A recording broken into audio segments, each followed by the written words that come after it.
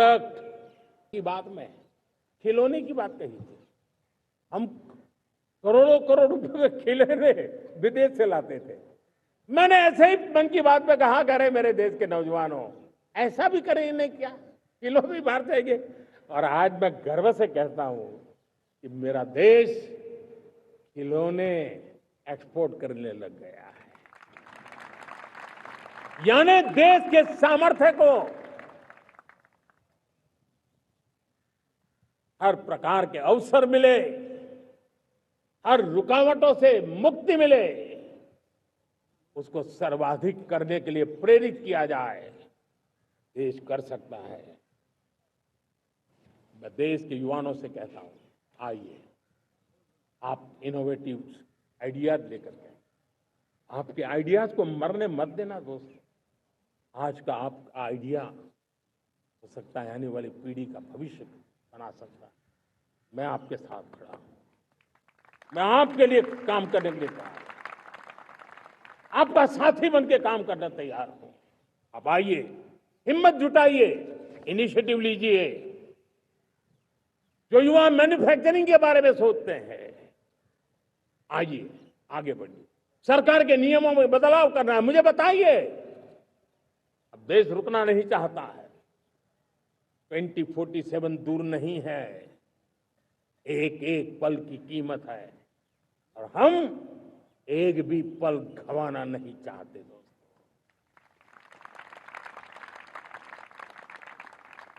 साथियों, ये आगे बढ़ने का अवसर है,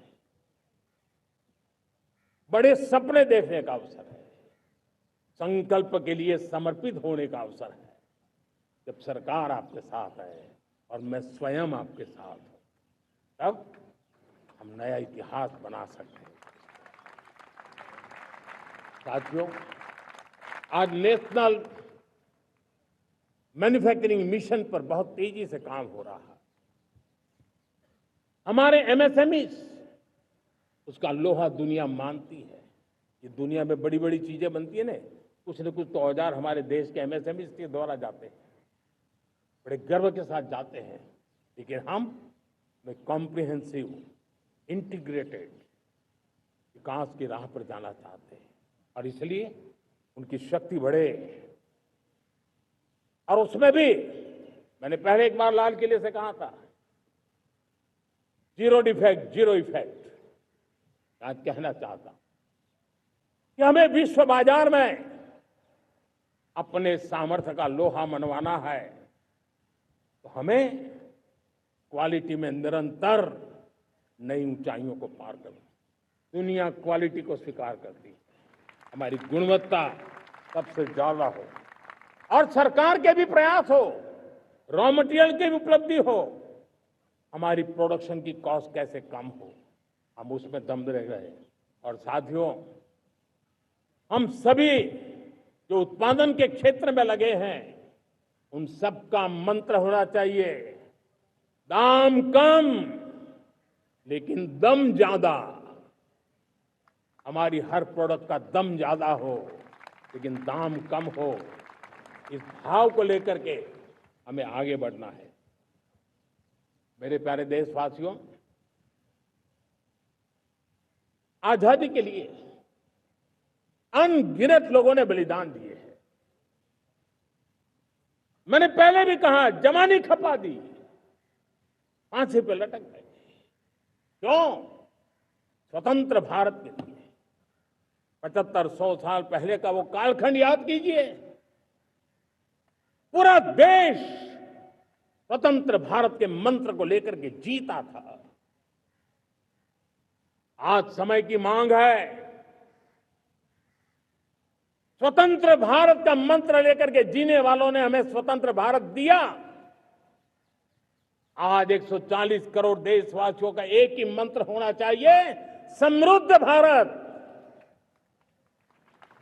अगर कोटि कोटि लोगों के बलिदान से स्वतंत्र भारत हो सकता है, तो कोटि कोटि लोगों के संकल्प से, पुरुषार्थ से, आत्मनिर्भर बनने से, वोकल फॉर लोकल की बात करने से, स्वदेशी का मंत्र को जापने से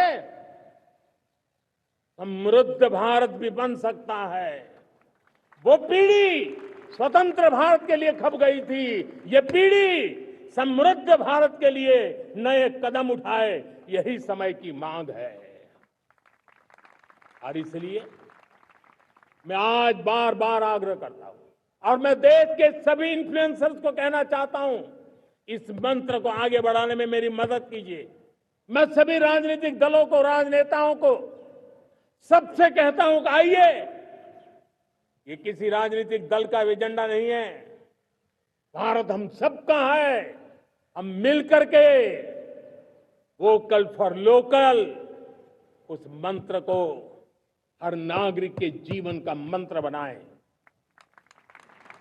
भारत में बनी हुई, भारत के नागरिकों के पसीने से बनी हुई वो चीजें जिसमें भारत की मिट्टी की महक हो और जो भारत के आत्मनिर्भर के संकल्प को ताकत देता हो, हम उसी को खरीदेंगे, हम उसी का उपयोग करेंगे।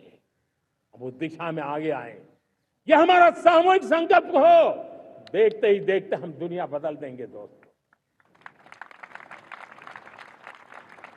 मैं आज हर छोटे मोटे व्यापारी को, दुकानदार से आग्रह करना चाहता हूं, आपकी भी जिम्मेवारी है।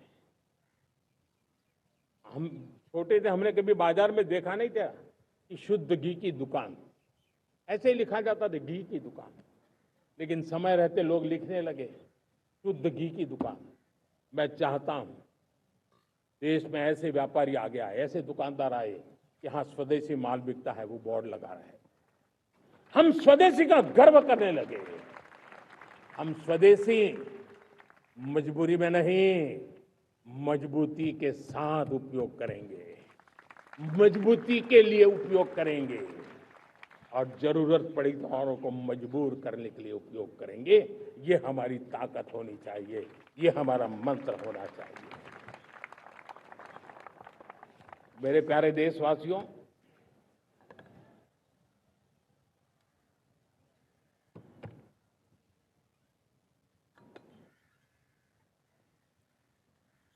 मुझे बहुत लंबे समय से सरकार में काम करने का अवसर मिला है। मैंने कई सारे उतार चढ़ाव देखे हैं, सरकारों की मुसीबतों से भी मैं परिचित हूं, व्यवस्थाओं की मर्यादाओं से भी परिचित हूं। लेकिन उसके बावजूद भी हमारी जिम्मेवारी है कि हम किसी की लकीर को छोटी करने में अपनी ताकत बर्बाद न करें। मैं बड़े अनुभव से कहता हूं, किसी दूसरे की लकीर छोटी करने के लिए अपनी ऊर्जा हमें नहीं खपानी है। हमें पूरी ऊर्जा के साथ हमारी लकीर को लंबा करना है।